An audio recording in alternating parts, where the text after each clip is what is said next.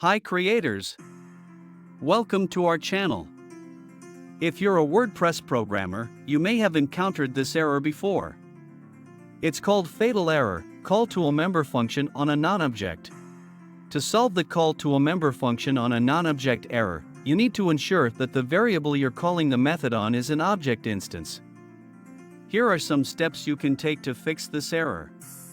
Step 1. Check that the variable is an object. Make sure the variable you're calling the method on is actually an object instance. You can use the var_dump or getType function to check the type of the variable. If it's not an object, you need to initialize it as an object before calling the method. Step 2. Check that the object is instantiated. If the variable is supposed to be an object but it's not instantiated, you'll get the call to a member function on a non-object error. You need to instantiate the object before calling any of its methods. For example, if you have a class called myClass, you can instantiate it like this.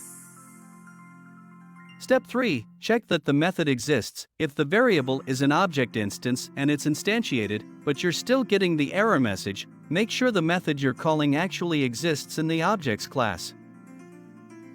Check the spelling and capitalization of the method name to ensure it matches the method definition in the class. Step 4. Check that the method is public. If the method you're calling is defined as private or protected in the class, you won't be able to call it from outside the class, and you'll get the call to a member function on a non-object error. Change the method to public or use a public method to access it. Step 5. Check that the method has the correct number of parameters. If the method you're calling expects parameters, make sure you're passing them correctly.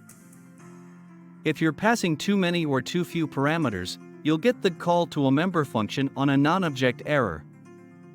By following these steps, you should be able to fix the call to a member function on a non-object error in your PHP code.